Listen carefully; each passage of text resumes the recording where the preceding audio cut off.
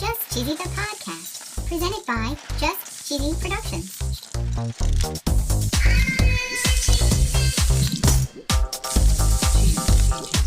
Hi there, I'm your host, Fondue. In this week's episode, we're going to be talking about 3 of our favorite cheese holidays. Yay! We're talking National Poutine Day. Ooh. We're talking National Fondue Day. It's your special day. Yeah, that is my special day.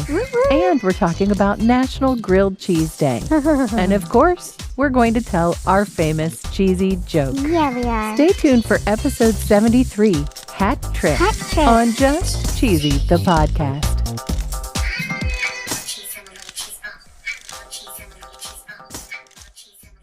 We have 3 exciting holidays coming up this week. Easter? Well, yes, that's on the 9th. Okay. But that's not what I was thinking. I'm thinking cheese holidays. But last year, season 1, episode 20, we covered Easter and the subsequent cheeses. Yeah. A link to that episode is, of course, in our show notes. Of course. So back to the 3 exciting cheese holidays this week. 2 are on the 11th and 1 is on the 12th. Poutine Day. That's right. Fondue. Yep. Grilled cheese. And that is right as well. Yay! National Poutine Day is on the 11th. Ooh. And this holiday was created in 2018 as a promo for poutine. Whoa. And that's according to nationaltoday.com. We went into depth about poutine in season 2, episode 22. Yep. And we found out that poutine is a dish of French fries, cheese curds, topped with a brown gravy. Yum. And it's said to have emerged in the late 1950s in Quebec, Canada. Ooh. And of course, we know what French fries are and gravy. Yeah. And I know we've talked about cheese curds in the past, We but have. let's talk about them again. Okay. According to rd.com, which is readersdigest.com, the process of making cheese curds is pretty much the same as making any other type of cheese. Really? It says here they begin with raw whole milk. It's heated to 161 degrees Fahrenheit in a stainless steel container. It's held at that temperature for at least 15 seconds and then cooled back down. Wow. In the U.S., this is how they pasteurize the milk. Yeah. Cultures and rennet are added to the milk. It starts to curdle, Ooh. and the combo of bacteria and enzymes start to separate the milk into curds and whey. Aw. So like they say here, the curd is the solid part and the whey is the remaining liquid. Oh. They also say here that same bunch of curd goes through what they call a cheddaring process. Ooh. It's cut, stacked, and pressed together so that the liquid can drain out. Wow. What's left is broken or cut into pieces, and that ultimately gives you yummy, squeaky cheese curd. Yum. You know, since poutine actually originated in Canada, why not try to find the best places to get poutine in Canada? Why not? According to lonelyplanet.com, they've listed the 11 best places to eat poutine in Canada. 11. For the French speakers, I apologize in advance. You should. First up, we have a place that's open 24 hours and it serves 30 different types of poutine. Whoa. We have Le Banquise, Oh. Montreal, Oh, wow. in Quebec.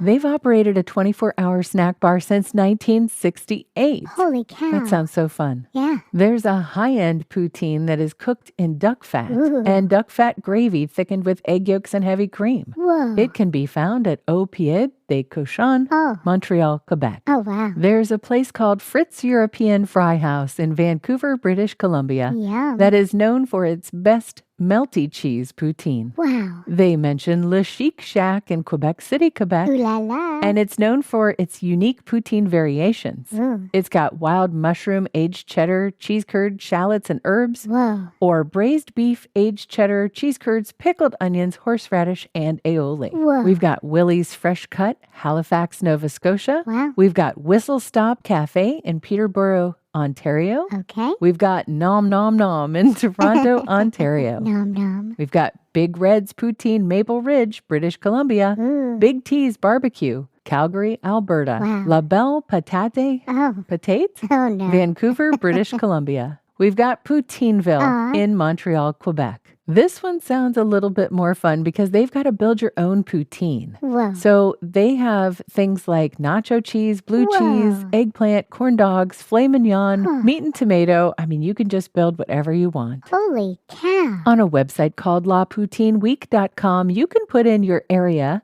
This is also for the Canadians. Okay. You can put in your province and it will bring up Poutine. Ooh. There's also a button for international where it brings up Poutine in France. Wow. And if you live in the United States, don't feel left out. Yeah. TripAdvisor.com has a search area where you can type in Poutine and get lists of poutine restaurants all over the country. Whoa. TripAdvisor is not a sponsor, Nope. but if they were, their ad would go right here.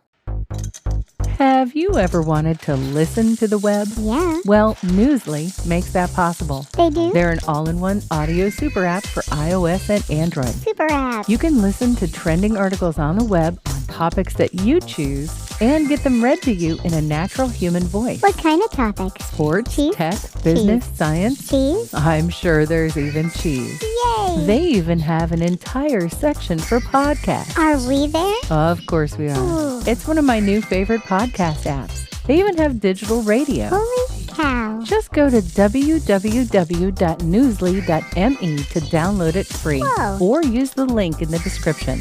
If you use the promo code CHEESY, that'll get you 1 month free premium subscription. Yay. Newsly. Now, back to the podcast.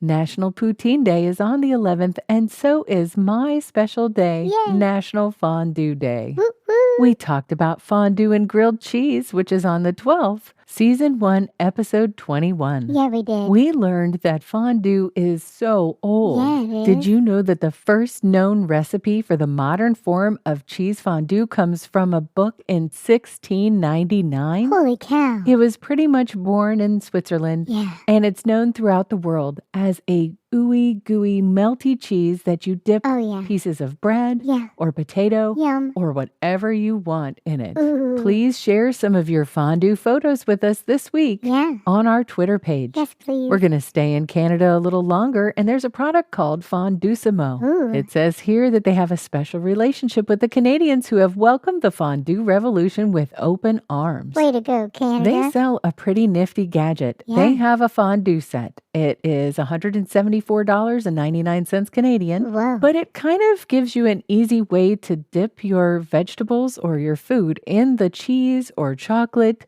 or even broth. Ooh. It appears to either be a kitchen gadget or it could be used tableside. It's got small baskets to hold the food while you dip it in the molten liquid. Ooh, yum. It looks pretty cool to me. Yeah. And if we're talking about fondue and Canada, we have to bring you this announcement.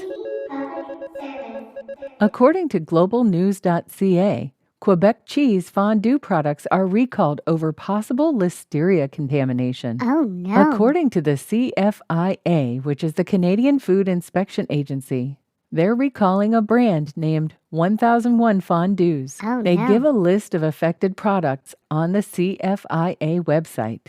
They warn that foods contaminated with listeria may not necessarily look or smell spoiled, Uh-oh. but they can still make you sick. Ew. Symptoms like vomiting, nausea, Ugh. fever, muscle ache, Ugh. headache, and neck stiffness. Oh, my. And the bacteria poses a great risk for pregnant women, Aw. elderly, and those with weakened immune systems. Oh, no. Please check out the CFIA website for more details. Yes. Poutine, fondue, and of course, grilled cheese. In Season 1, Episode 21, we went into more detail, Yeah. but today we're going to stay with Canada. Ooh. Apparently, there is something called the OQLF. Ooh, what's that? It's the Office de la Langue Oh. Française. I guess that means the Office of French Language. Oh, boy. According to a website called uprocks.com, the restaurant Resto Mama Grilled Cheese was sent a notice by the OQLF, Ooh. and it said they were in violation of Quebec's French language laws. Oh, no. According to the OQLF, they would like